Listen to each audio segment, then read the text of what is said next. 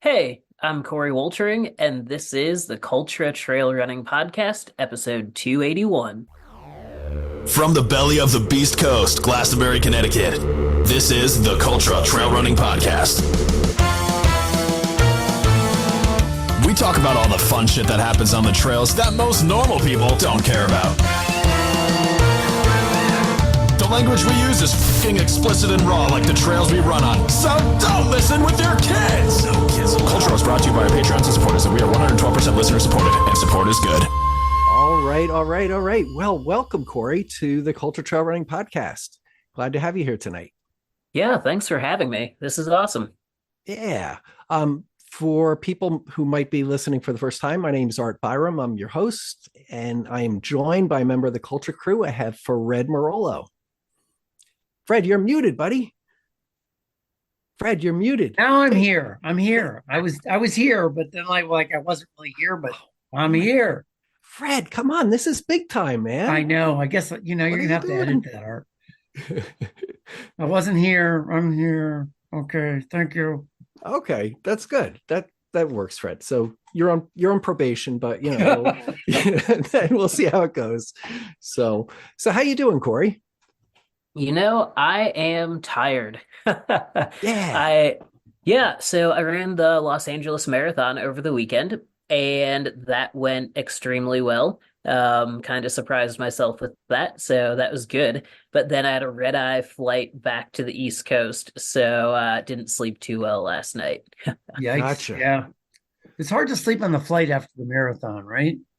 It is. Yeah. Yeah, it's just, you want to get up and move around, but yet you can't really, and trying to sleep overnight. And I kind of forgot how long of a flight it is from California. So I recently moved to Maine, and the closest airport to me is actually Quebec City. Oh. Yeah. Oh. So my flight was LAX to Quebec, and that's just a long flight. That's like Nice city though, right? Quebec City. Very pretty. Yeah, Yeah. absolutely. So were you in the northern backwoods ass of Maine, that kind of part? Yeah. Yes, like 600 people. awesome. Nice. How many gators do you have there? A lot of alligators, or I mean, haven't seen any yet, but that's just how they like it, So yeah, that they're hiding. that Yeah, means yep. they're definitely there. Especially if there's, if they're not there, they're showing off. But when there's a lot of them, they try to hide on you. So watch out for the gators. Got to tell you that. That's like, do the people in your town speak French, Corey, or are they Nope. No? Nope, still English here. But I mean, Okay. as soon as you cross the border, it's French. Okay. And it's like 15 miles to the border. Yeah, I know. I feel like when I was a much younger guy, I was a teenager. I went with my parents up the St. Lawrence Seaway on the Canada side, and then we crossed into Maine, and it seemed like some of the towns in northern Maine, like way up there, were so isolated and so small. But I honestly didn't know if they spoke French or English, but English, I guess, huh? Yeah. Yeah. I mean, the towns definitely are pretty isolated and small. I mean, we're 600 people up here, and then the next closest town is maybe 50 or 55 miles south of us. Okay, before Art's gonna ask you 1,000 questions. What makes you live in that place? Yeah, I originally was going to be moving here for a job, and the lodge that I was going to be working at ended up closing for some renovations and stuff. But still made the move and super happy with it. And just, I think it will be a good thing whether I end up working at that lodge or not. What's the name of the town? Jackman. Jackman, Maine, and the lodge was for what kind of lodge? Yeah, Unity Sky Lodge. So basically it's they have some cabins there. They have a main lodge. And it's on I think 120 acres. So they have hiking trails and all of that stuff, like all the fun stuff for, outdoor activities. So I hope they do get up and running again, but if not, I'm still completely content here. Holy Awesome. crap! I'm looking at where you are. Yeah, you are. You're close to Quebec City and close to the Canadian American border. Wow. Okay.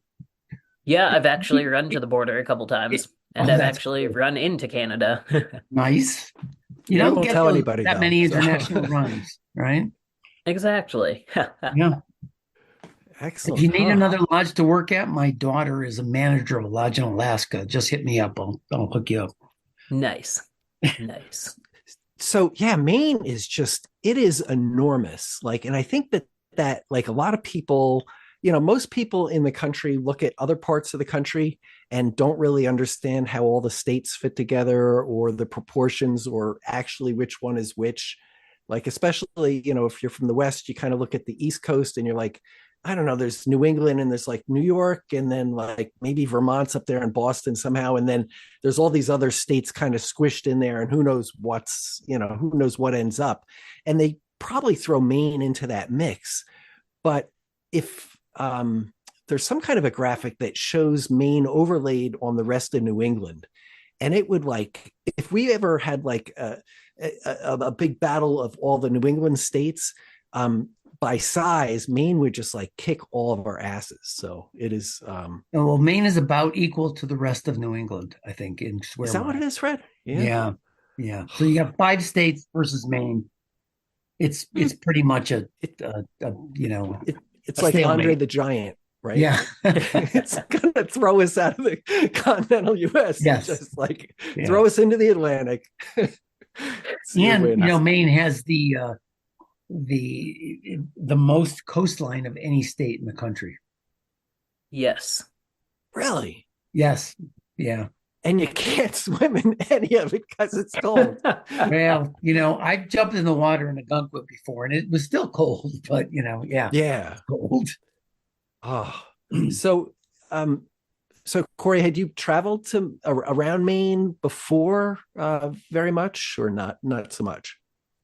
Not a ton. I'd spent a couple weeks in Maine. I'd been here in the summer and been here in the winter a little bit. So, and it was actually funny because the week that I was up here in the summer, they were having their record heat wave last year. So it was 92 degrees and humid, and nobody has air conditioning Mm, up here. And so that was actually kind of miserable. yeah. And so it was pretty funny. And then I was up here, late December, early January, just kind of checking it out. And it really wasn't, I mean, it was cold and it snowed, but it wasn't that cold. And now I've actually only been here for about a week, and we've had some cold weather, and we've already, a snowstorm that dumped 11 inches of snow on a Saturday, and we're getting another probably 14 inches or so this week. Um, Hmm. so Oh, I yeah, think they call it's that spring in Maine, Corey, yeah, exactly. Today's the right? first day of spring, and it was Yeah. 27 degrees or whatever, and it's like, oh, the sun is out today. Wow. Jeez. Well, Yeah, now that it you're is. up there, you should run the Millinocket Marathon. Yeah, That's absolutely. happening, right? Yeah. Yep, yep, in December. Yes. Yep. Mm. Yep, Geez. So have you ever been to Acadia? I have not. So I'm actually very Okay. excited for a lot of, well, basically mud season to be over so I can finally start exploring some of the other things. Yeah, because I mean, it's beautiful up here.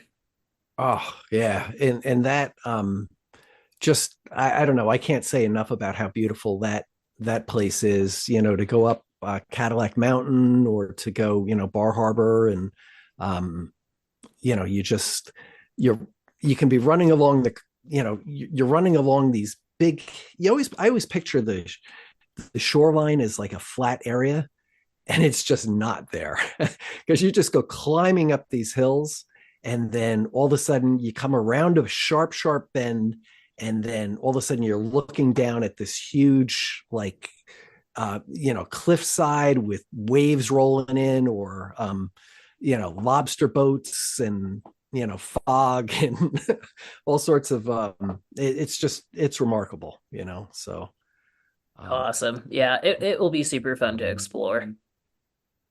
yeah, there's some and now you were originally the Midwest, right? Yep. So born and raised in Illinois. spent a little time in Colorado, spent a little time in Nevada, Hmm. back to Illinois, and then moved down to Tennessee and Georgia for a couple of years, and now up here. So kind of been all Gotcha. over. Yeah, Yeah. it's a So lot of your travel. was your first marathon was the Quad Cities? Is that right? Yes. Yep, which is Cool. half Illinois, half Iowa. Yeah, it's Moline, Davenport, Rock Island, Yep. and right there's Rock Island and John Deere Oh, they're close. headquarters. So Yep. yeah, I can't remember what the other one is. Davenport. So well, here's a little bit of trivia. So if you know Moline well, Hmm. or if you're very familiar with that, when you come over the bridge in Moline, and I guess coming into Moline, you look to your left, and you would see a big tower there, a Hmm. big test tower for Montgomery and then Kone, Hmm. the elevator company. So I have worked for them for 34 years. Oh, So I've been, nice. been there and hung out there a little bit. So Yeah, the Quad Cities are awesome. yeah.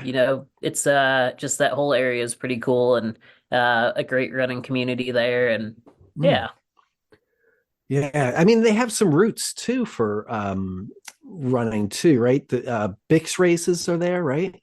Yep. Bix is there and then Augustana College, which is a pretty they're just super strong like Division 3 cross country and track and field school. Hmm. Yeah. Yeah. So the Bix, now that I think um, Bill Rogers won that, right? And I think there's like a whole bunch of big names have won that race over the years. So um, maybe I guess he went back there quite a few times. Or, Yeah. I mean, and it still draws in some pretty decently big names. I mean, even to this day. And oddly enough, I mean, I grew up 90 minutes from the Quad Cities, maybe, Mhm. and I've never run Bix. Oh, okay, okay. Yep, that's the one that my company, how companies sometimes will have like, okay, it's going to be, we're going to have a team here, so we're all going to do this. And I never got out to do that with the company, but I always heard, because you talk about running to everyone you meet somehow. Yeah, um, and totally. so at one time or another, we got to I would always hear about that race. So um good Yep. times. Oh, yeah. Um, wow. So what would you like to talk about tonight? I mean, I'm open to talk about whatever. So, um, yeah, just running life in general, you name it. Okay. Yeah. Okay. How did Cool. that? How was that FKT in Wisconsin? I'm sure you've talked about that before, but how did The that Ice go? Age, right? Yeah. Yeah, that was my first multi-day like run effort. Um yeah, that was my first. It was it was challenging. I mean, it's almost 1,200 miles and basically, it was something to do during COVID just because everything was shut down. Friends of mine weren't working. We just had a ton of time on our hands and I had all Mm. this fitness built up because I'd planned on chasing a golden ticket into Western states that year. And then with races shut down and everything else, it's like, well, let's just do something that you know, might like I normally wouldn't be able to do because I have to focus on racing or whatever. So, picked the Ice Age Trail because it's, just north of Illinois at that point, and so I'd been out on it a bit, and it was kind of a nightmare to start it. It seemed like a great idea at the time, but with just the amount of I guess lack of trail maintenance that was able to go on during the time just because like the state of Wisconsin's like, oh, this is a in-state and national park type stuff. So they weren't allowed to do maintenance on the trails and stuff. So a lot of the beginning of the trail was overgrown, super wet, lots of ticks, lots of mosquitoes. and then campgrounds and hotels that I had kind of planned out for along the way, they were actually closed as well. Mm. So, Mm. what should have been like, oh, I'm putting in a 55-mile day and then we're going to camp here, turned into, oh, we're going to put in a 55-mile day and then drive an hour to a hotel, sleep, drive an hour back there the next morning, continue on the trail. And so, lost a lot of time that way. And just the logistics of it were a lot harder than it should have been. Sounds like Yeah. the crew Wow. had a tough time too then. Yes. Oh yeah. Like they definitely had it harder than I did. I just had to run. Now, who did you have crewing for you there? Yeah, so I basically threw together a just a really random group of people. It was my partner at the time, just one of my friends from town that wasn't working. We had Kevin, who's a photographer out of Vegas. He came out and crewed, and which is funny because now Kevin crews like all of my longer efforts and 100-mile races and all of that stuff, which is great from a sponsorship side of thing as well. And so it was just like a really random group of people that I had thrown together for for this attempt. And then Hmm. through social media, people were coming out and asking if they could help crew or if they could pace or if they could drop food off for us. Or there even like families that came out that took our laundry to do our laundry for us. Just Oh, wow. yeah, so it started out as a as what we thought was going to be a smaller, like semi-intimate effort with, four or five of us. And it really did kind of turn into like a community project to get it done. Mm. Wow. So, um, maybe you could kind of talk about um, how that all went. Like, how did it start out, and then maybe what happened, and then how you finished the race, and or not the race, the effort. Because I think Yeah. there's a good story in that journey. Um, you know, going through all that. Yeah. So I went into it feeling pretty fit and pretty confident. And on the first day, it was just like it was honestly kind of a nightmare from the start because the first day it was decently warm, it was humid, but I mean we're used to that. But then um the ticks and the mosquitoes were just Mm. wild out there. And I guess I mean it was great for the ticks because most people weren't out hiking on a lot of those trails and it was just being able to grow as much as it wanted. So the ticks were just rampant out there. And I would Mm. come out of the woods and I'd have 40 or 50 ticks just crawling on me at a time. Oh my gosh. Yeah, and I had Oh. and I had never had one on me. Like I had spent hours out in the woods just doing Mm. just whatever as a kid. I grew up in Illinois, like there are ticks in Illinois. So I just never had one. So then to be out on this trail trying to go after this record, and every time I get to a trailhead, it's like, oh, there are another 40 or 50 ticks on you. Oof. Um, it was just it was like it freaked me out quite a bit Yeah. just from like a health and safety standpoint, but at the same Sure. time, and so like I really struggled with that the first day, and that first night I remember laying in the hotel bed and just feeling like I still had ticks crawling on me, so I couldn't even fall asleep that first night. And so then the second day, I go into the woods and we're 6 miles into day two.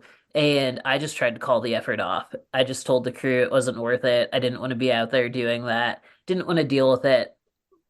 But through social media, some people saw that we were kind of struggling with the ticks and got a great tip that if you take duct tape and put it sticky side out and wrap it around your ankles, the ticks can crawl up basically to the tape, but then they won't get past the tape. And Hmm. I was just thinking, there's no way that this is gonna work. I mean, it's duct tape. It's not going to work. There are too many of them. But sure enough, we did that and didn't struggle with ticks for the rest of this effort, which was absolutely wild to me. Um, Corey, Wow. it's a well-known fact that duct tape will solve everything. Yeah, right. Yeah. Duct tape or Vaseline. You just have to know which one to use. It'll solve every problem you have. There you go. And That's so, but yeah, so that was it was super wild. And I mean, something that I would not have thought of on my own. And I mean, I was really ready to call this effort just because I did not mm, want to deal with it. And so that kind of changed the momentum. And once again, like had a okay day two once we got that going. And by day five, I was like 50 or 60 miles ahead of the record on day five, and so feeling really good about it. And I rolled my ankle, but didn't even tell the crew about it. No big deal. I just thought, oh, it's an ankle roll. It shouldn't be a problem. By day eight, my ankle was basically the size of a softball. mm, Which which at that point you could visibly see that my ankle was huge, and I was also going from putting up 55 to 60 miles a day to I think I put up maybe like 22 or 24 was my lowest day. And um once again, like at that point it was like, okay, what's going on? We need to see what we're going to do about this. And we got in to see a sports chiropractor and did some x-rays on it, and he confirmed nothing was broken. And from there he's like, yeah, you're not gonna make this better by continuing this effort, because I mean at this point I'm only 350 miles in, 400 miles in. No, actually I guess at yeah. day eight, I guess I'd be closer to like 600 on day eight. um No, I guess that's no, the first week was only 300, and first week was 340, I think. So then, yeah, about 600 miles in, I guess. So maybe about Hmm. halfway. Um, but he's like, you're not gonna make it any worse by being out there. He goes, if you can stand the pain, then you can do it. But he's like, you're not gonna make it better. But he goes, realistically, it's not broken, so you should continue. And so he did. And it was just one of those things where you had to take everything 10 seconds at a time. I mean, you were just Mm, focusing. We just had to focus on like be in the moment, do what you can in the moment. Move quick when you can, just walk when you have to, which is pretty much all day for many days. Um, but yeah, those are the moments though where you learn a lot about yourself and you figure out why you're doing this.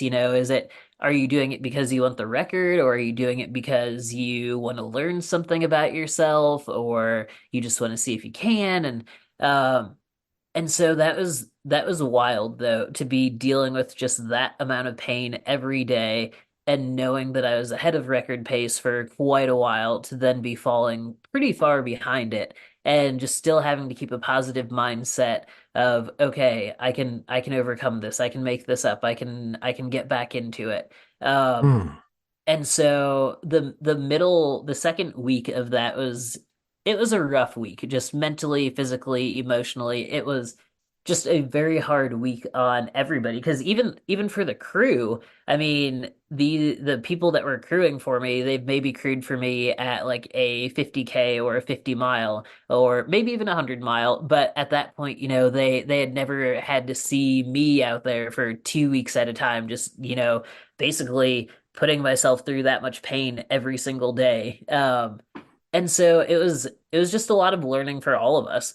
Um, and then the third week, magically things started to feel a bit better. Your body kind of realizes what it's doing. It realizes it's never really fully recovering, and it's always just going to be kind of tired. It's going to hurt, but you can mm. get through it, and your body just adapts to it, and your mind just kind of blocks out the extreme pain of it, and it just becomes normal. Wow. Yeah. The miracle of ultra running, where you're faced with the prospect that it is absolutely impossible and that there is like not much of a chance of this working.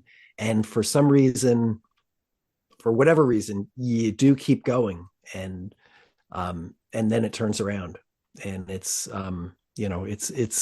that's great to hear, that you hung in there, because it's especially like after you start to fall behind, because you're like, every time it's natural to project, a continuous, a continuous trajectory, and to imagine that things are just going to stay at that bad level or get worse. And to give yourself that chance is pretty amazing, and to come through the other side. um Yeah. So it's funny. So Pete Kostelnick, he actually sent me a message on, I think it was Instagram, when he saw that we were dealing with the ankle and everything, and he just said, just keep moving, it gets better. And it's mm, like, it's like, oh, I don't know. And he goes, no, it will fix itself. It's like, well, if there's anybody that knows about their body just fixing itself out there for multi-day stuff, it's probably Pete. So if Pete says to keep moving, I yes. should probably do Pete that. knows. Pete definitely Hmm. knows. Wow. Yeah, I mean, have you found like, do you find that that's kind of like the crux of the journey there, right? At that time, I think, like, just kind of getting through that. I mean, do you find that in most of your races where it's that, you know kind of, I guess you had a couple things, the ticks first, and then that, do you find that's common in a lot of your runs to reach that point? Um, the longer stuff, I'd say it's definitely there, but Mm-hmm. it's interesting though because for me, uh, I the 100, like I enjoy 100 miles. I think that I get through them and they're fun. They're yeah, they're fun, but the 100K has been Mm. the distance that I just absolutely struggle at.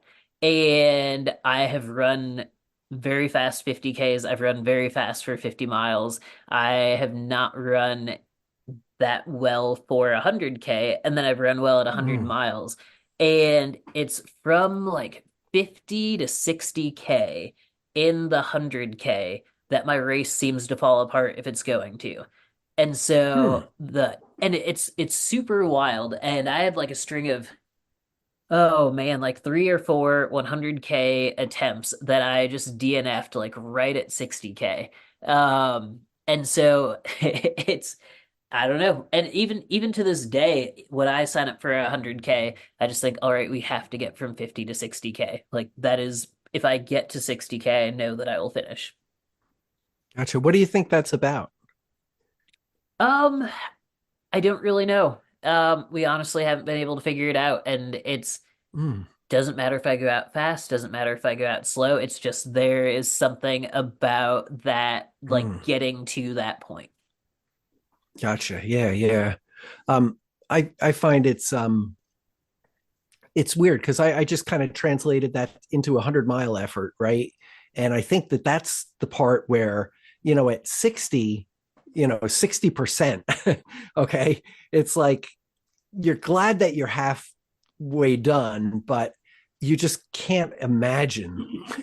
It's already been so long. Even, I think, even if it's you can even put that into a 5K, right? Like if you're really gunning a 5K and you hit that first mile, right? And you're like, oh my God, I can't believe I just ran that fast. And this is like stupid. And then you're going for that second mile, but you're just like, you can't imagine keeping that effort up for another like 2 miles after you cross that first mile. And somewhere in the middle there, you go from being in the middle of it to, okay, I'm in that last mile, and I'm gonna just get that done, or whatever, and to make that push through. I find the same thing's true no matter what the distance. That it reaches that point, whether it's a, whatever it is, where you get where it seems so far, and so like you can't, like you're not going to get there. But and sometimes I don't. Sometimes you hit that and you're like, well, you know what, I ran a good first mile, and I'm gonna, you know I'm just not, you hit that last mile, and yeah, I run hard, but maybe I'm kind of mailing it in. I'm not like, it's not like that race where you see the person ahead of you and you're like, okay, I know I can't catch them, but God, I'm going to give everything I can to force myself past that person in front of me. And then you try it, and somehow all of a sudden you see that it's actually that you actually got a shot at it. So um, I don't know. That's my experience has been that you kind of hit that a lot. So, and just to talk about shorter distances a little bit, I know that when you were younger in your really early running days, I think didn't you used to run the 800? Is that right? Yeah, I come from a track and field background, and 400, 800 was kind of my specialty Uh-huh. on the track, and then I'd go up to the mile if I had to, and even Gotcha. longer if I was forced to. What was your 800 experience like? What was that like? Maybe you could kind of talk somebody through the mental, you know, how you thought about your 800s when you ran those. Yeah, I was basically an 800 specialist, I guess, since junior high. Um, and in junior high, everyone just goes out as fast as they can, and they just try to hold on, and there you go. So in junior high, it was just like we had no idea what we were doing. We were just racing hard, and that Mm, was fun. But then in high school, it became one of those things where once again, it's like you're going out pretty hard for that first 150, 200 meters just to get a good position. And so a lot of that first 200 is basically just like raw leg speed. It's either you have it or you don't. And mm, then that second 200 meters is kind of settling into that position. And just, you have to go out aggressively if you're going to run a fast time. So first 100 is definitely getting position. I mean, first 200 is getting the position. Second 200 is settling in, establishing that spot. And then mm-hmm, it's that third 200 where it's the make or break of the race. If mm, you can run a strong third 200, then you're setting yourself up to have a great finishing kick and hopefully run a fast time. And if you don't run a strong third 200, then there's probably not a chance that you're going to be in the running to win the thing or run that well. And then mm, it's like, after that final 200 is that finishing kick, and it's like, have I done the workouts I need to do? Did I do my off-season training or did I not? And a mm. lot comes out in that final 200. And once you get to that final 200 though, it goes from like, oh, I think I'm almost there and I have to hold on to like I can see the finish now. Like I can actually see the finish. And so you're just trying to get there as fast as possible, but it hurts. Yeah. Oh, thank you. That was a great description. Now, I have to say that that is without a doubt, in talking about track and field, it is absolutely my favorite event to watch.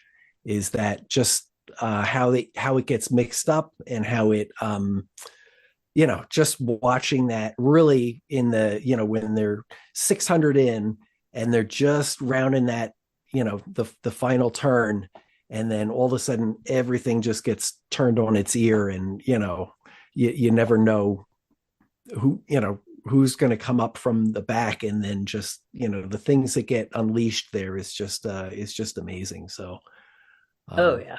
It's absolutely one of the best races to watch.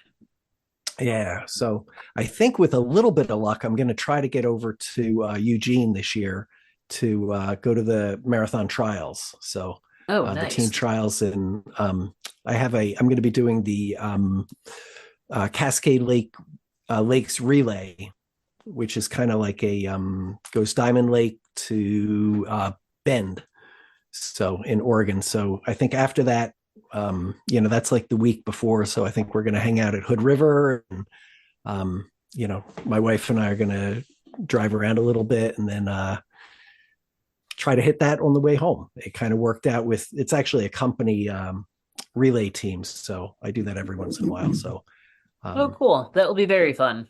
yeah, I haven't been to a lot of track meets. I mean, I never really ran track or anything like that, but I went to the Milrose games once, so and watched that. That was fun. But um, so cool. Hey, I got to ask you about this now. Um, so you ran with Bessic, is that correct? Yeah. You did. Tell me about that, and tell me you guys. So you guys, and I hear you went up to Sleeping Giant. Is that right? Yeah, yes, we were at Sleeping Giant. That was super fun. Um, Yeah, so we met at High Lonesome 100 in Colorado back in 20, what year was that? 2022? No, 2021. Um, Huh. yeah, it did not go well for me. Um, um, but that's where we met, and we've just kind of been chatting online since then. And then on the move from Tennessee to Maine, I had to go through Connecticut, and hmm he's like, "Hey, come stay with us, and we can run." And so I did, and that was awesome. Awesome. Oh, that's great. Yeah. I was wondering the details of that. So what did you think of Sleeping Giant? It's very fun. I like the scrambling. I like the steepness of it. I hmm think it's really cool. Yeah, Gotcha. it's great that, he has that decently close to him as well, because I mean, I think that's a great spot to train for a lot of just various things, really. Yeah, yeah. So you went up the Blue Trail? Yeah. Oh yeah, over Awesome. Oh the yeah. chin. That's good. That's good. A That little is bit really good. scrambling there. You feel like Yep. if I make a wrong step, I could fall into this quarry down below. That could Oh, be Totally. yeah. there's a lot of ways to die there. But not many people die, so you have that in your pocket, right? Like not many That's people fall off this. Yeah. statistically you'll survive, but you Yes. know, Yeah. Yep. but it might be like asking the magic eight ball. So, you know, you never know. So, wow. Yeah. I ran there this weekend. Actually, I did 10 over, 10 there. So I went up Nice. that, and every time I run there, I'm like, oh my God, this is so much harder than I remember. So, Yeah, it's definitely challenging for what it is, because I mean, it's not the longest trail, but it's mhm. steep, it's challenging, it's technical, especially if it's even like slightly slick or anything, then I mean, it would be a nightmare. Mm. Yeah, yeah. Um, yeah, and it's a lot of part. I mean, certainly, I guess that one climb isn't so typical of what Connecticut has, but I think a lot of it, you know, it's not out of character either. So, um, but yeah, there's a lot of good things there. So, um, so let me ask you this. So, as far as I saw you on the Eco Challenge TV show a while back. Maybe you could kind of talk about what that was all about. Yeah, Eco Challenge was in Fiji back in hmm 2019. It aired in 2020, and I think it's actually still on Amazon Prime right now. Okay. And um yeah, so Eco Challenge is basically an expedition length adventure race. And so for Fiji, there is a dude named Clifton that just he had raced eco challenge. Well, he'd raced some adventure races in the past, and he wanted to put together the first all African American team to race an expedition length adventure race. And hmm so he was looking for people, and he had been following me on Instagram. And one day I get this message, and he's like, "Hey, Corey, like I'm looking to put together a team for." An eco challenge. It's in Fiji. Would you be interested in doing it? And I had to Google where Fiji was because I Oh didn't yeah. know. I was just Fiji. What is a Fiji? Where is Fiji? So I had to Google that.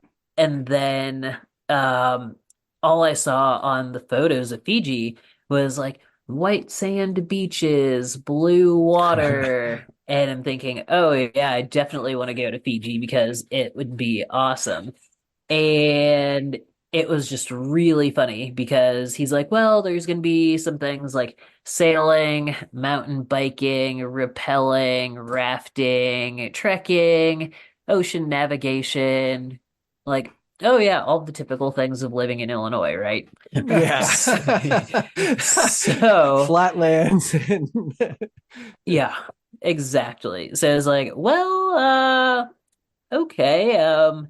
I guess I can figure some of this out. And so we applied as a team and we got selected for it. So then the race basically sent this list of different skills you had to have for it, different certifications you needed. So like I got to take a wilderness first aid and CPR course as one of the requirements.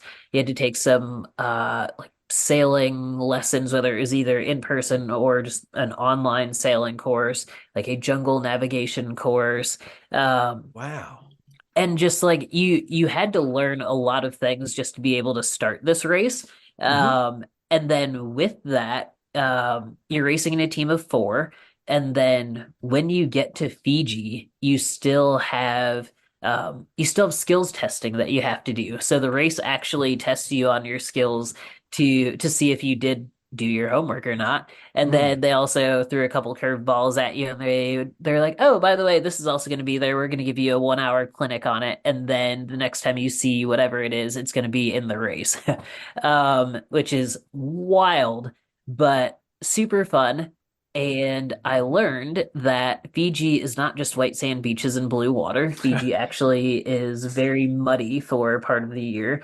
It gets kind of cold at night. Yeah. It rains a lot at certain times of the year, and it was a very challenging experience, but it was a good experience, and I actually did that before Ice Age.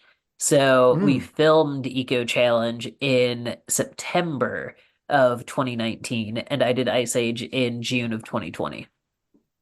Gotcha. So did you feel like some of that transferred over or some of um I mean certainly having, the extra navigational awareness must have helped some in just because of the law the shots that I saw seemed like the land was pretty raw there, right? Yeah. Oh yeah. And so like having the navigational stuff definitely helped, but like the bigger thing that helped was just sleep deprivation. Mm, Because I had never done any sort of sleep deprivation training, had never really even had to experience that mm. because like my longest 100-mile race, I think, had only taken me um at that point, I think Superior was my longest at maybe 22 hours. Yeah, same, Uh, yeah. not not quite. Yeah. So Not Uh, multi-day, right? yeah, yeah. exactly. So it's like I had never had that experience of having to be doing activity for more than say 22 hours until I had done something like an eco challenge where once Mm, the clock starts, the clock doesn't stop until day 11. And so with that, you have to choose when you're going to eat, when you're going to sleep, if you're going to rest, how long you're going to rest. But not only do you have to choose that for yourself, you are dealing with your other teammates, so it's a group type thing, which, when I went on the Ice Age Trail, I went supported. And so a lot of what I did was just, was I feeling good or not? But at the same time, there's a little bit of the crew aspect of that as well, where it's like, hey, I have these three or four people that have been here every day, and they have been awake the whole time I have been awake out on the trail because they've been crewing or pacing or helping, but then they also have to sleep at night. But when I'm sleeping, they're also getting stuff ready for the next day. yes. Yeah. Yeah. It is not easy. Crewing is like, I mean, that kind of crewing. I think Bessic talked to you about it a little bit. We have an event called the Cut 112 in Connecticut where you go 112 miles across, from Massachusetts to Long Island Sound, primarily on trails. And if you have one person crewing that, that's a tough gig for them, because they like, they drive to the next spot, they kind of get it maybe set up, and then, all of a sudden they're waiting for you to come in, but then, maybe they start to fall asleep, but then not really. And then they have to have their shit together, right? Because God knows the runners don't, right? Yep. So Oh um yeah. it's a lot to to be able to rely on crews. So yeah, that's not always easy. So Yeah. uh wow. So now I think was Marshall Ulrich at that as well. Do I Yep. recall that right? Okay, yeah, Yep. yeah. Absolutely. Okay, yeah, very good. And so do you think you would do that again? I would. I don't Hmm. know that I necessarily would do Fiji again, but Hmm. I would definitely do it again. And there's talks of filming a second season of it, hopefully, Yeah. at some point. And so that'd be very exciting Gotcha. because Yeah. It just seemed like, I remember watching that and just being so impressed by the whole thing. I mean, it looked like it cost a bundle to put on, and it was impressive. And I thought it was, um, I found it, it was, I loved it. I loved watching that. So, um, I'll have to go back. I didn't quite realize that it was still out there. I saw it, I think, when it first came out. So, um, excellent. Tell us, I got to ask about the Speedo, right? So that's kind of had at one, was pretty much a trademark. So how did tell us about, that and the whole deal with that. yeah, it's that goes back to oh man, 2020, what year is my first 50K? 2014. So it would be 2015. Hmm. No, 2016 actually. I was in Florida for the Dunes 100. No, Dunes 50K. Hmm. And basically just forgot my running shorts and I had a Speedo because I was going to go to the beach because I mean that's what you do when you're in Florida. So, it was funny because I realized race morning that I did not have my actual shorts. And so Mm. they're like, "Oh, it's Florida, just run in a Speedo." And I said, "Yeah, I could do that, I guess." And so I did, and Mm. then I ended up winning the race and setting the course record. And then everyone's like, "And he won in a Speedo." And so then it just became this thing that I had no Hmm. idea would even become a thing, but it did just from winning that race. Gotcha. And did that help? I know you've had a number of different and interesting sponsors. Do you think that that helped with that, to kind of give you, I mean, there's not a lot of black people in ultra running, Yeah, but then black people in speedos, like, I don't know, there's not that many. totally. It's like, yeah, okay. Totally. I definitely think it helped early on in just kind of getting some attention. Just in the just in terms of the fact that a lot of the stuff I was racing was in the Midwest. And I don't know, just the Midwest gets so overlooked when it comes to trail running, trail racing. Even the Yeah. East Coast still kind of gets a little bit of a overlook when it comes to sponsorship anyway. And so early on, I think that the Speedo mixed with racing quite often and usually doing well at it, but not necessarily at bigger events, but just at a lot of random stuff in a lot of different, yeah, kind of Midwestern and East Coast locations. I think that all Hmm. kind of played a part in just finally gaining bigger sponsors. But it was also a very hard process to get to that point because I I just didn't know the people that I needed to know to be able to figure out who to have the conversations with of how do you get Mm. sponsored and what sort of things are sponsors looking for, what are the Yeah. requirements, and it was kind of frustrating early on because I just thought, go do a couple things in Colorado or in California and do well, and then, oh, you get a sponsor. It's like, well, that's actually part of it, but not all of it. Hmm. And back then, back in 2014, 2015, 2016, I don't think people were so open to talking about their sponsorships or connecting people with, say, an athlete manager or whatever. And I think part of that was just because trail running was still kind of a more fringe sport than it is now. And so people Hmm. just kind of wanted to keep the money where it was. And then I also, a lot of contracts also just said, like, hey, you can't talk about your contract.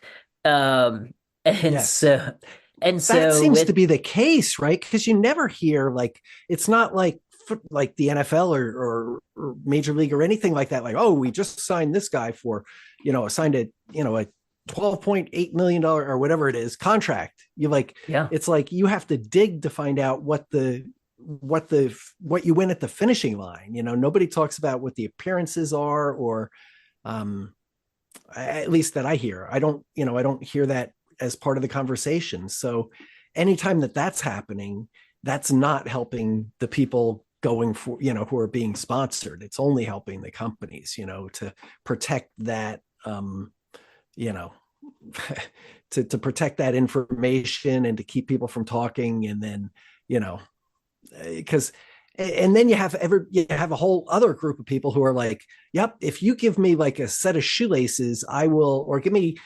5% off on the shoes and I'll like throw it everywhere and tell everybody it's the best thing ever. And it's Yep. crazy.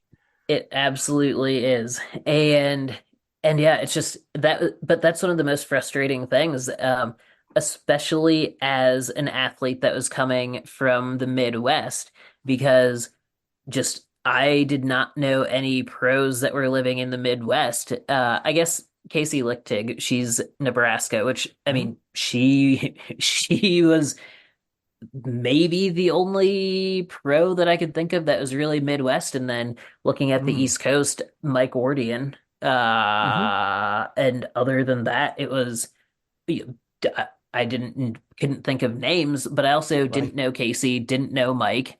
Uh, Mm-hmm.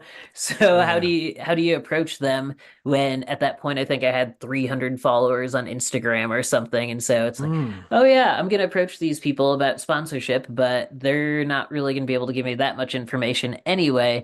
And being a 300 follower on Instagram from Illinois, it's probably not gonna happen, you know? And s- and Yeah. s- and so then I just kept racing a lot of things that I found to be interesting, did well at some races in California, finally did well at Tunnel Hill a few times, where everyone goes Mm-hmm. to run a fast 50 mile or a fast 100 mile. And in 20, I guess it would have been 2016, I think. Yeah, 2016. Had just had a really good year where I ran 2:26 at Chicago, and then Mm. like 5 weeks later, I ran 5 hours and 30 minutes for 50 miles at Tunnel Hill, which is 6 minutes and 34 seconds per mile or somewhere in there. And that's kind of Mm. what got sponsors interested, or at least started to have some of the conversations where they saw that I did have some results from some California races plus some other things, and then ran a fast time. Gotcha. So that basically, um, your performances kind of drew in the sponsors. Is that ultimately right? I mean, which was probably I guess like I would imagine that there's people, agents and different things like that, or other people who are, um, I don't know, maybe even mentoring at different points as far as, giving advice on how to get sponsorships. But you kind of went out and just ran and, and that kind of got it done for you. Is that right? Or you were, Yeah. Yep. Mhm. So, because I got picked up by Innovate for 2 years, Yeah.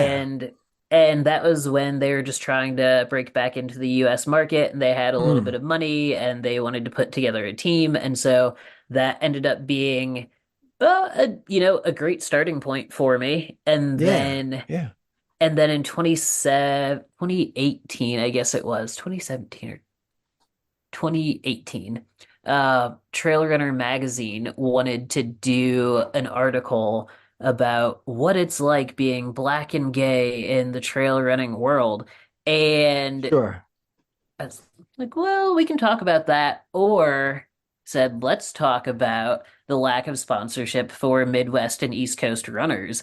There you And go. Okay. and they just go, "Whoa, we never even thought of that." I said, "Sorry, I know you wanted to write an article about one thing, but I want to write an article about something else. Like this is what I Mm. actually want to talk about."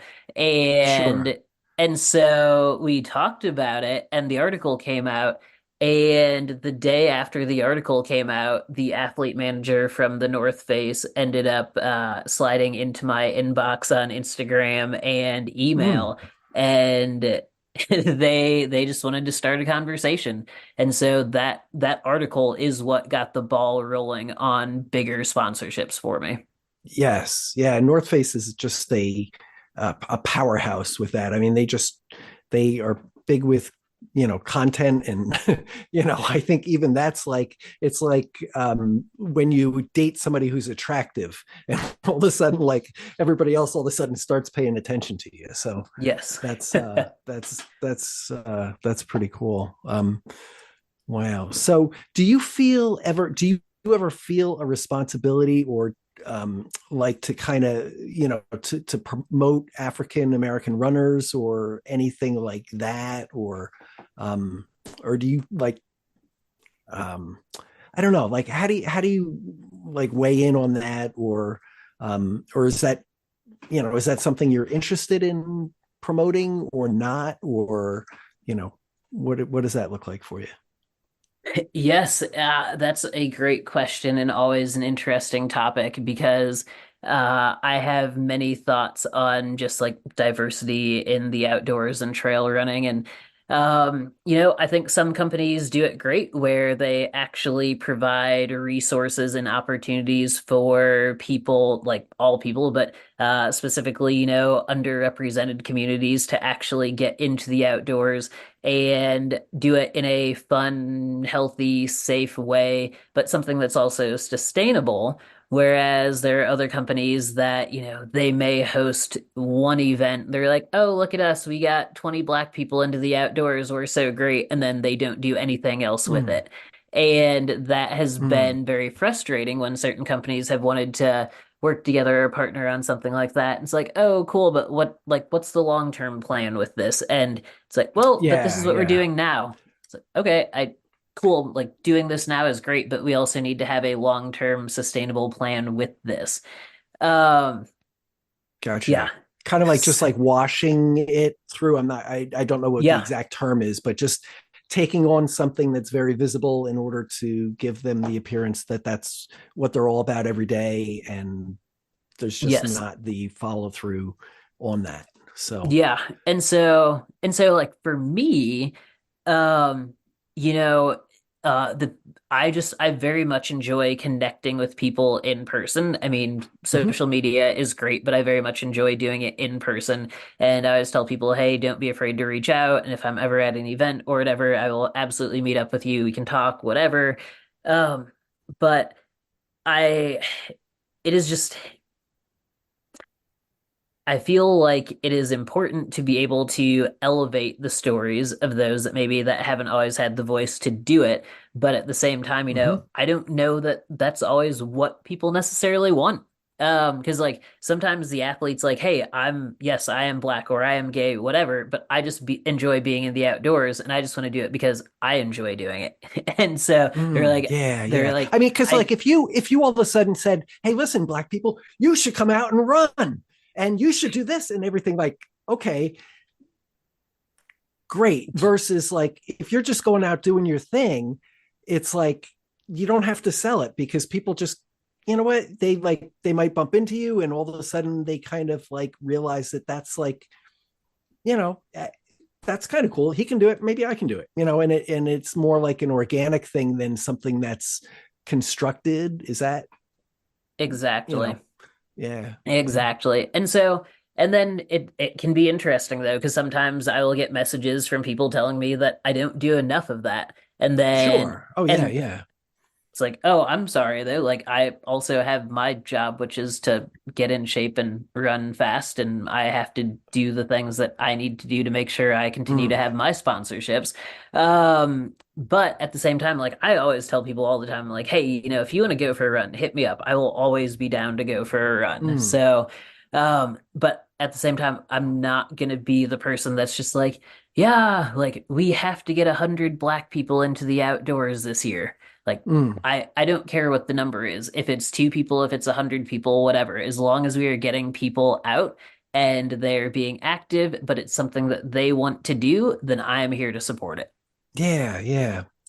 Yeah, because I do see a lot of people struggling like with how to, I don't know, like how to deal with that. Like, because I mean the whole Black Lives Matter thing, all this, for a lot of white people, all of a sudden, like, boom, it's all of a sudden like it's there, and it's like, holy shit, like what's been going on here? And like, you know, how complicit am I in this, in this whole thing? And the answer is in lots of ways, maybe very complicit. And in other ways, like, yeah, it's not my, in some ways, yes, in some ways, in some ways, no, but like, then, I don't know. It's always like, something that a lot of people are trying to figure out. But I think like what you're talking about is individual connections is always like that's at the end of the day, like anything else, like I can write any kind of post I want or whatever. And at the end of the day, that's, I either connect with people or I don't on a one-on-one basis when I see them and run with them or try to keep up with them, you know. So Absolutely. yeah. Absolutely. And that's the thing. It's, it doesn't, not everything has to be like, hey, this one thing is going to change the world. Yeah. But if you can connect with one person and get one more person into the outdoors, make them feel comfortable in the outdoors, however that might be, Mm. whatever their worries might be, and just like put that at ease, then I mean, that is changing the world. Yeah, that's true. That is so true. And I think it's a lot more fulfilling in life and more satisfying to take steps like that, because otherwise, like I've had it where I've had a guest on and I record an episode and I'm like, that's fucking it. I've arrived. We tapped into something that was so deep here, and it was like it's gonna turn everything upside down in my life, and and I'm going to have arrived with this intellectually and whatever. And the bottom line is that, like, yeah, okay, but like that's okay for today. And but then, like, what's the next step? Like, I talk about it all the time. I ran the first time I finished New York Marathon, I was convinced that, or the only time I finished New York Marathon, okay, I was convinced that my life was going to be completely upended and changed, and I would have arrived and I have this medal and nobody was ever going to fuck with me again, and that, like, I would never doubt myself for anything. And then I thought the same thing when I ran a 50K and then 100 miles or whatever, and the bottom line is that, like, it's really about the little grains of sand that get moved every day, that 10 seconds at a time, and enjoying that moment, and hopefully making a difference in my own life and other people's lives when I can. So um I don't know, it's interesting to hear you say, that those individual connections are what it's about. So um hmm. Yeah, um, absolutely. And I believe that though. I mean, I really do believe it's about making those individual connections and just doing the small things because it's hmm. like the good things may look great for social media, like the big things may look great for social media or whatever, but that's here today and gone tomorrow, whereas Hmm. those individual connections can actually be a lasting connection that can actually make a difference. Yeah, yeah, yeah. So do you ever find it hard to connect with the community, or what's how has that been? Have you always found the community, uh, you know, welcoming? I mean, I don't know. I find that most of the time, like, it kind of depends on where I'm at and stuff like that. But how is it, how's that been, you know, how's that been for you? Is that, Yeah, I mean, honestly, the community has been just pretty open and welcoming and accepting. Like early on in my career, as I said, it was hard to figure out the whole how do you go pro thing and all of that. But I mean, that was just how that was back then. It was like mm, that's just that was just trying to like I don't know, everyone was just trying to protect their contracts. But even though I couldn't get, say, the specific email of who to talk to or whatever, people are still nice. People are still friendly. Like it was all good. Um, mm, but I do sometimes I wonder because uh, especially some of the earlier 50Ks and even 50 mile stuff that I was doing. I was racing some smaller things and normally winning them by a decent amount. And so with that, I really wasn't running with a lot of other people out on the Oh trail, yeah. say on a race day. Yep. But then it's like, oh, well, he won. So of course people want to talk because people want to talk to the person that won. And so I feel like I've been lucky in the sense that I have had a pretty easy journey in trail running. And I know that's not everybody's experience, but that's what mine has been. Hmm. And so like I am thankful for that. Yeah. So you were in tries before this. So what was that? Now, okay, no offense to any part of you that is attached to triathlons, but like, I mean, triathletes have a reputation of being, paddling the douche canoe and just being like super intense about, you know, every Yes. little aspect of it, and will walk over the top of you to do whatever, drown you during the swim or whatever. But like, what was your, and believe me, I know lots of my wife does tries and whatever, but like, what differences did you see? A big difference in those communities, or? Yeah, I didn't really have much of a community when it came to triathlon. Mhm. It wasn't a thing that was important to me back then. And even if it was important, I don't think that I really would have found a ton of it anyway. Mhm. Just being at like the pointier end of it. Whereas not in triathlon, in trail running and ultra running and just like outdoors off-road sports, I should say. Yeah, Mhm. off-road sports. I've just found them to be way more about the community and the experience than just looking down at a watch and chasing certain times, paces, watts, Mm. whatever. Mm. So I've definitely found the off-road sports to be way more enjoyable. Yeah, I always wonder why that is. What do you think that's about? Why do you think there's a difference? Um, hmm.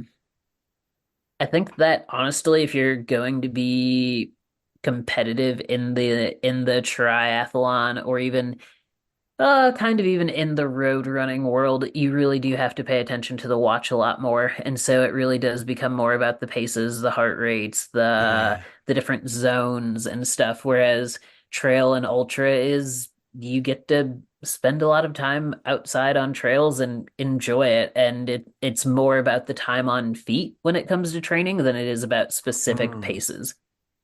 Yeah. Yeah. Like, I asked an old road, because I got to trail running through road running for the most part. And I ran into an old friend and said, "Hey, how'd this race go?" And he goes, "Oh, well, I ran a 6:35 the first mile. I ran a 6:37 the second mile." And he started going through the whole thing. And he's like, "Well, how'd your run go?" And I was like, "Well, it was 1 o'clock in the morning. It was pouring rain. I swallowed a moth. I threw up, and my friends laughed at me. And it was fucking Yep, great." you know, absolutely. so Absolutely. it is different there. Um, so I also I might have this time frame wrong, but it's been about like almost 2 years for you being sober. Is that right Yeah, a at this little point? over 2 years. Yeah. 29, 28 months, 29 months, something like that. Yeah, 28, I think. Very Yeah, good. it's been a journey for sure. A Yeah. good one. A good Yep. one. Hmm. And early on, I don't know, sobriety was it was a thing. Early on was um I don't know. So when I first got sober, I think that I was just kind of trying to focus more on the athletic side of things, and I thought that sobriety would be the way to go to have faster, better performances and everything. And Hmm. honestly, early on, I was not running that well early on, and Mm. um, sure, I slept a little bit better, recovered a little bit better, and consistency of training became better. But in terms of racing, I would say that I was not racing that well for honestly the first 8 to 9 months or so. And that was probably one of the most frustrating parts about it because it's like, oh, you think that when you go sober, it's like, oh yeah, like after a week of this, things should just automatically be better. It's like, no, Oh no. that's not how that Yeah. goes. Um, and so the first 6 months were definitely kind of hard, and I also had moved from Illinois down to Tennessee and was just figuring out new training grounds, new training groups, just figuring life out. And um but it was good though. I mean, it was good changes, positive changes, things that I definitely needed to be doing. And then slowly over time, as I established new routines and just new habits, I started to run a little bit better and then like finished Cruel Jewel 100 and was Mm. super happy to, do that just right after about 6 months of sobriety and get that hard rock qualifier. But it's like, oh, I can actually finish Cruel Jewel and ran pretty decent actually. And then like a year into it, I was over in Sweden for 100K and or 110K, I guess it was, and I came through the Mm. 100K 75 minutes faster than my previous fastest 100K time, but finished this 110K faster than my previous 100K time. And so Awesome. Oh so wow. it's like, Yeah. oh wow, like we're finally starting to see some results here. And then finished Hurt 100 after trying to get into it for 5 years. I finally got in and then finished that, got back into Western States, finished Western again, and like had all of these just really positive just run experiences that I think that I was kind of looking for when I first got sober. Those are the things that I was hoping that would happen early on. Mm. But then I just realized that there's so much more to sobriety than just running. Yes. Oh my God. Yeah. Yeah. I'm in recovery myself for 40 plus years. So Nice. it's, been a long journey there.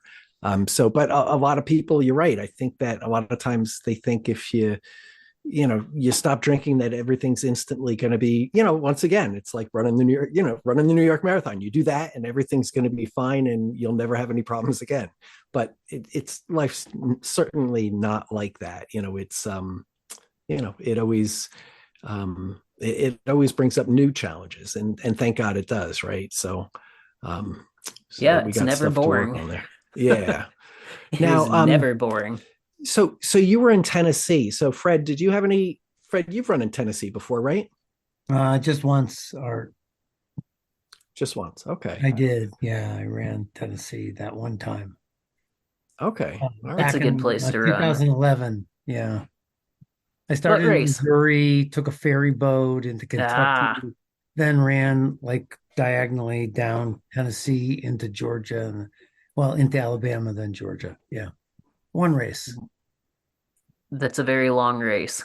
It was a pretty long race and longer for me than it would have been for you, Corey, because I took the scenic the low speed route, like over a week. You probably would do it in like 3 or 4 days, but I got my money's worth. Perfect. Have you ever did you ever run Vol State or I did not, but that Mhm. is absolutely on the list. Yeah. Yeah. It's a cool thing to do. So I'm in favor of it. Yeah. Yeah. I just think We oh, I'm sorry, go ahead. I just think it'd be a very fun race to do just after finally living in Tennessee. I think it'd be fun. Yeah, yeah.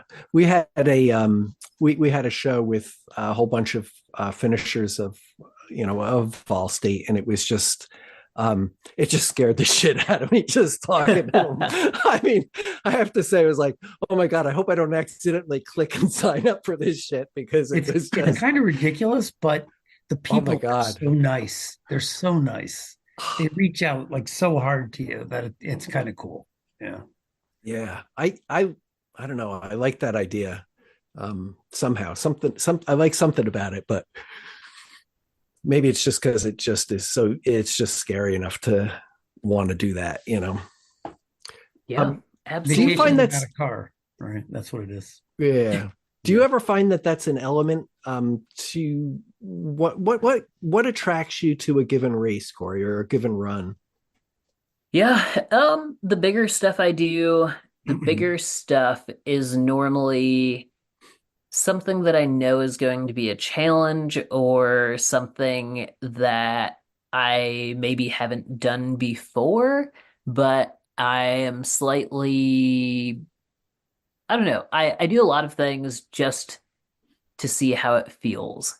I do a lot of Mm-hmm. things just because of chasing the unknown, chasing the can I do this? Am I able to problem solve and figure this out? Yeah, that's what draws me to a lot of the longer stuff and some of the more obscure races that I've done. And then other times it's as simple as just, hey, a sponsor's like, hey, we need you to go to this thing. Yeah, yeah. Have you found that ever? I mean, that sponsors have ever that you've done things as sponsorships that are for sponsors that you kind of regretted at the end, or no? I wouldn't say that I regret them, but they're Hmm. definitely, it's funny because there's that saying like you will never regret a run or whatever. It's like, Yeah, well, yeah. actually, I mean, there are some that I don't necessarily regret them, but I absolutely could have done without it and don't need to ever do Hmm. again. Yeah. But but yeah, I don't regret any of them. Just Hmm. but there's definitely some that I have not been the happiest going to. And Mm. then there's also been some where I've just not gone, which is eh, not always the greatest, but sometimes you just have to. I mean, sometimes there's just no use in going and running like a 100K or a 100-mile race if your heart is not in it. And Mm. yeah, sometimes you just have to put your foot down and say that that's what's not going to happen. Yeah, yeah. I gotcha. I always wonder, like, That how. seems remarkably like like you're not like you're you're not um stressed about this. Like you're in a good place. Like you could actually Mm. say, gosh, like I don't want to do this tomorrow. I'm not going to do it. I'm not going to Mm. torment myself if I'm not in it. Yeah, absolutely. And it's taken a while to get here for sure, but I mean, anything I'm doing this year is something that I've wanted to do. And I mean, even just yesterday, it's like I finished the LA marathon, ran a very solid marathon faster than I thought I was going to run. And then I was supposed to be going to Croatia in a couple of weeks for the Istria 110K. Mm. And I don't actually want to run the 110K there. I've always wanted to run the 100-mile race there, but I'm not doing the 100 there this year because I have Cruel Jewel in May. And so I just chose not to go to Croatia at all. So I canceled the flights and all of that stuff. And everyone's like, "Oh my goodness, like you're not going to Croatia. You love Europe and blah blah blah blah blah." And I'm like, I do, but my heart is not in Istria 110K. And so I just said no, and I'm completely at peace with that. So Mm. really what they're saying is, oh, Corey, you're so well adjusted. You like know what you want to do and you're actually going to do it. Right. Yep. Yay, sobriety. There Yeah. you go. That's yeah, that is very powerful, to be able to do that. Then, because it's always like a mix between I always wonder about that sponsorship relationship, especially when it's because you're somebody that just naturally in the course of your business, in the course of your life, you're going to talk about running and the things that are important to you.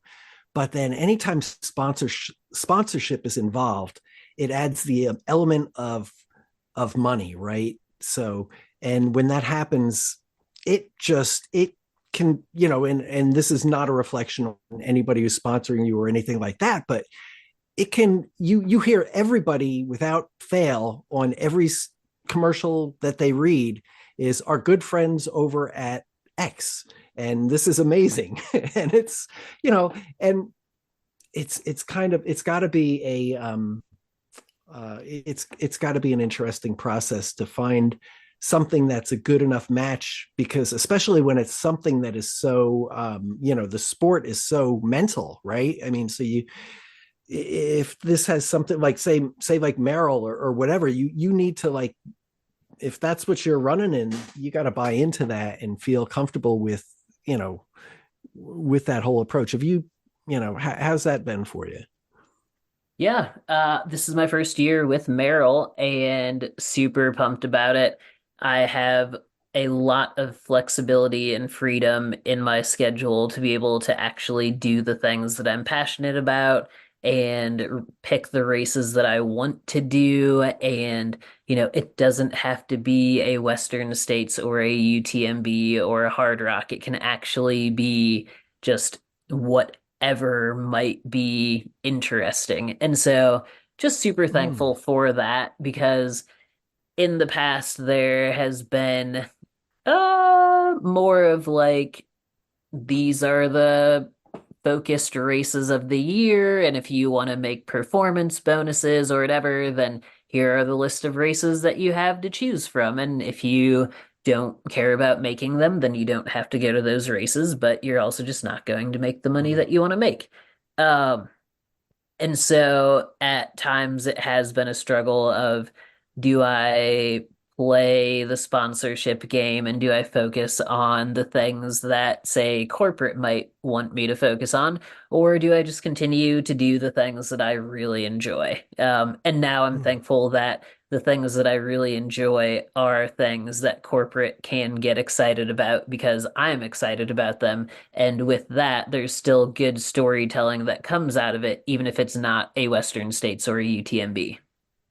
Sure. Yeah. Because I mean, at the end of the day, um, they chose you because of who you are, and anytime that they try to like, how fucked up would it be if they were to say, okay, Corey, yep, yeah, sign, let's you go out and do this because you're the guy that we want here, and then by the way, let's change you fundamentally and put you over here and make you do these things that you're not, and that Hmm. it's got to be, there has to be a, I guess, lack of a better term, like a brand alignment, right? Where it makes sense for you. So, Yeah, um, absolutely. And that's the thing. It can always change from year to year, but there have definitely been years where it's just been this is not me, but I'm just doing what I have to do to make sure I still have the contract, and then yeah, and I'm just happy that that is not what I'm doing right now. yeah. I mean, you had uh,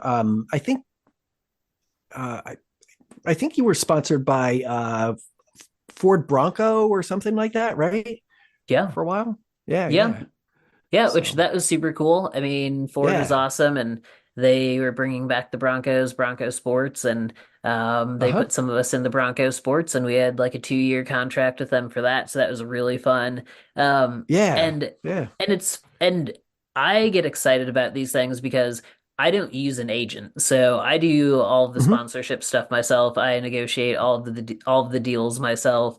And Mm. so for me, it's like if it is something that I think is a good fit, then I will definitely have the conversation. But if it's not something I think is going to be a good fit or something that I'm not passionate about, then I'm Mm. not even going to have the conversation with it. Whereas, some people that have the agents, they will maybe sometimes take on a few more things than they even need or want just because their agent got them the deal on it.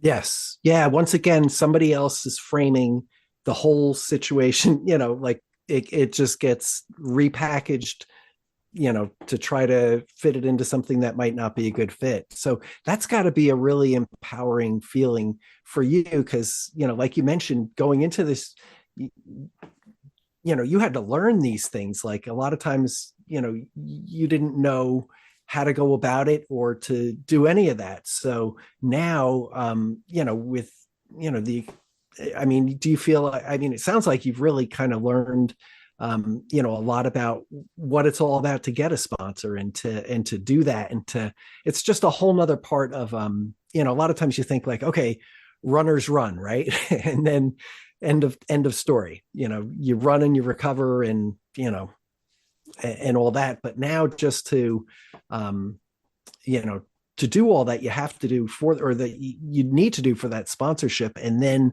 to also go out and gain that new business. It is, it's cool that you're kind of selling for yourself too. So, um, Yeah, it's awesome. It's that's, fun, and I'm thankful that I'm in a position to be able to do that. mm, And um it's also one of those things where if I don't want to do it anymore, then I also don't have to.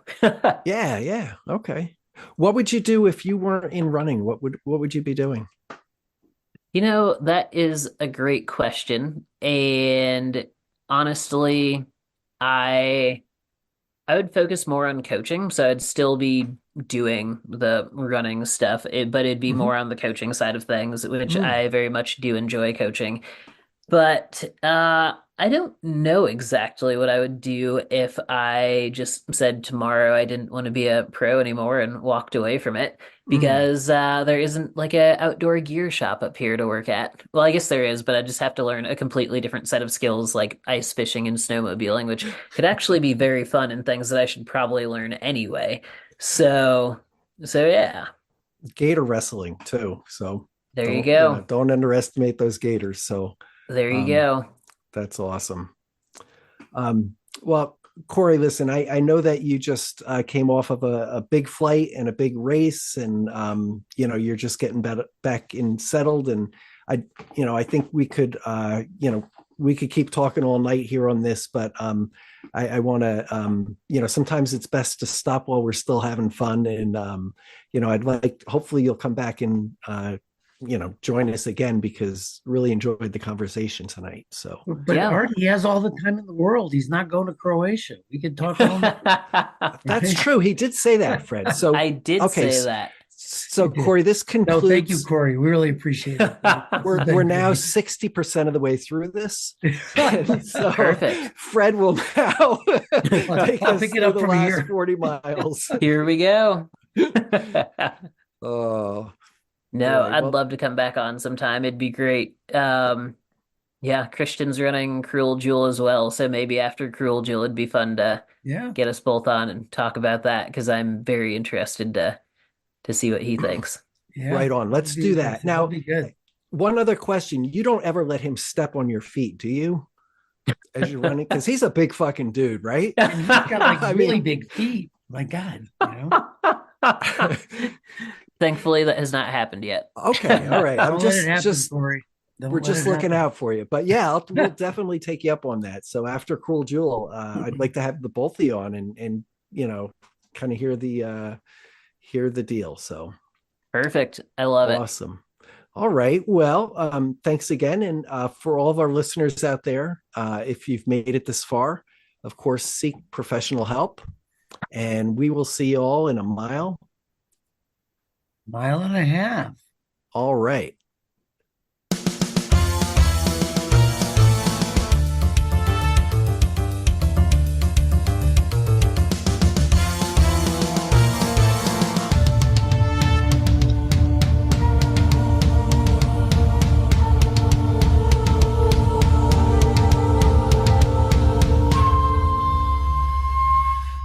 There we go. Oh, I didn't ask the Magic 8 Ball the question. So I have to ask the Magic 8 Ball a question. So, Fred, do you have an idea for a question, or am I putting you on the Yeah. spot? Will Corey come back after Cruel Jewel? Or are we going to say who's going to win, Corey or Bessic? Oh, Or we have to, that you can't say it that way. We have to say, will Bessic win? Will Let's Bessic see. beat Corey at Cruel Jewel? Yeah. Uh-oh. I hate to Uh-oh. say bad news. It says without a doubt. Oh So no, that's so unlikely. I know. Oh my gosh. Now I feel bad that I asked it, but I feel good for Bessic though, right? I mean, that's Yeah. You could have just lied, Art. You could have said I know. "Oh, murky." murky, hazy. Ask again later. Yeah, Oh, outlook good. I don't know. Yeah. So Yeah. We'll find out. there Corey, you this go. was a lot of fun. Thank you. This was Yeah, really Corey, thank you so much. It's that it was a lot of fun tonight, and that was great. I'm sure our listeners are gonna enjoy this, and look forward to having you on again. So